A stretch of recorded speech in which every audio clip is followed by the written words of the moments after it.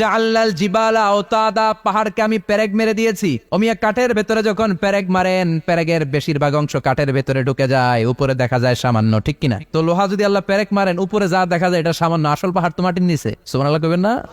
আসল পাহাড় কোথায়? পেরেক যদি কাঠের মধ্যে ঢুকিয়ে দেন, পুরো পেরেকটা কাঠে ঢুকে যায় না, উপরে দেখা যায় কদ্দুর? সামান্য। পাহাড়ের যা আপনি দেখেন, এটা তো পেরেকের মাথা।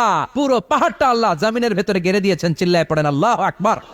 আবার আল্লাহ বললেন, অমিনাল জিবালি জুদাদুম বিদু ওয়া হুমরুম মুখতালিফুন আলওয়ানু, আসরা নাই ওয়া গারাবিব সুদ। আল্লাহ বলেন, নানা রঙের পাহাড় পর্বত মহাবিশ্বে আমি তৈরি করেছি। কোন পাহাড় হচ্ছে রক্তিম বর্ণের, কোন পাহাড়কে বানিয়েছি আমি কৃষ্ণ বর্ণের, কোন পাহাড়কে বানিয়েছি আমি শুভ্র বর্ণের, কোন পাহাড়ের রং কালো, কোনটা সাদা, কোনটা নীল, আসরা নাই। মহাবিশ্ব যখন তৈরি হয়েছে, পৃথিবীর মধ্যে 7টা টেকটনিক প্লেট তৈরি হয়েছে। 7 tectonic plates create the mountain range on earth. পৃথিবীতে এই পাহাড় তৈরির কারণ হচ্ছে 7টা প্লেট, এগুলোরে 7 টেকটনিক প্লেট বলে। এই প্লেটগুলোর কারণে পৃথিবীতে এই রং বেরঙের পাহাড় তৈরি হয়েছে। কত রঙের যে পাহাড় আছে! আরব বিশ্বে পাথরের পাহাড়, বাংলাদেশে মাটির পাহাড়, ব্রুনাই, সিঙ্গাপুর, ইন্দোনেশিয়াতে যদি যান আরেক ধরনের পাহাড়। চায়নার একটা শহর আছে গানজু সিটি, কি নাম? এই গানজু সিটিতে একটা পাহাড় আছে রেইনবো মাউন্টেন। ওখানে 7 রঙের পাহাড় পাওয়া যায় এক জায়গায়। সুবহানাল্লাহ কইবেন না? রেইনবো মানে কি? রংধনু। রংধনুর কয় রং? কথা কন।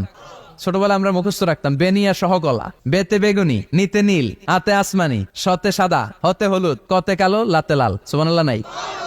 মনে রাখার কি অসাধারণ পদ্ধতি! এই রেইনবো মাউন্টেন, রংধনুর 7 রঙের পাহাড় এক জায়গায় পাওয়া যায়। এখানে সাদা পাহাড়, এখানে সবুজ পাহাড়, এখানে নীল পাহাড়, ওখানে লাল পাহাড়, এখানে কালো পাহাড়। এই চায়নার গানজু সিটিতে আল্লাহ তাআলা 7 রঙের পাহাড় এক জায়গায় রেখেছেন। চিৎকার করে বলেন আল্লাহু আকবার।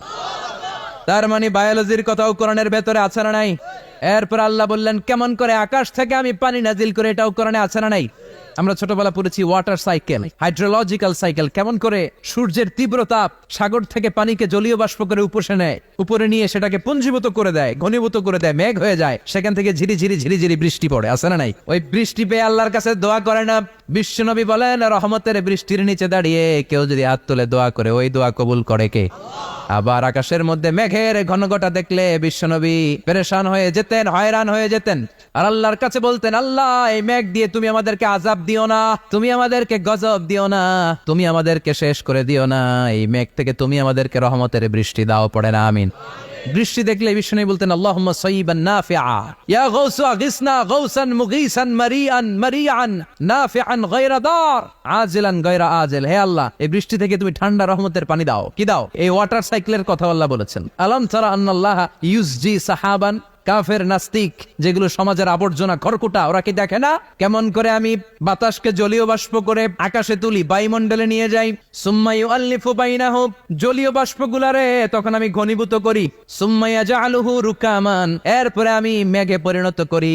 ফাতারাল ওয়াদকা ইয়াখরুজু মিন খিলালিহি, তারপর মেঘের ভেতর থেকে ঝিরি বৃষ্টি নাজিল করে কে? আবার আল্লাহ বললেন, পানি থেকে আমি পৃথিবীর সব প্রাণগুলারে বানালাম। ওয়াজআলনা মিনাল মাই কুল্লা শাইইন হাই আফালা ইয়াকিলুন, পানির ভেতরে থেকে সব প্রাণের উৎপত্তি পৃথিবীর মধ্যে ঘটিয়ে দিয়েছে কে? বিজ্ঞানীরা স্বীকার করেছে, পৃথিবীতে যত প্রাণ পাওয়া যায়, যত প্রাণের ব্লুপ্রিন্ট পাওয়া যায়, সব এসেছে পানি থেকে। চিৎকার করে বলেন, কোত্থেকে? পানি নাই তো প্রাণ নাই, পানিও আছে, প্রাণও আছে। কোন সুবহানাল্লাহ। বিজ্ঞানীদের ধারণা, তারা ধারণা করে বলেছে পৃথিবীর প্রথম প্রাণের নাম হচ্ছে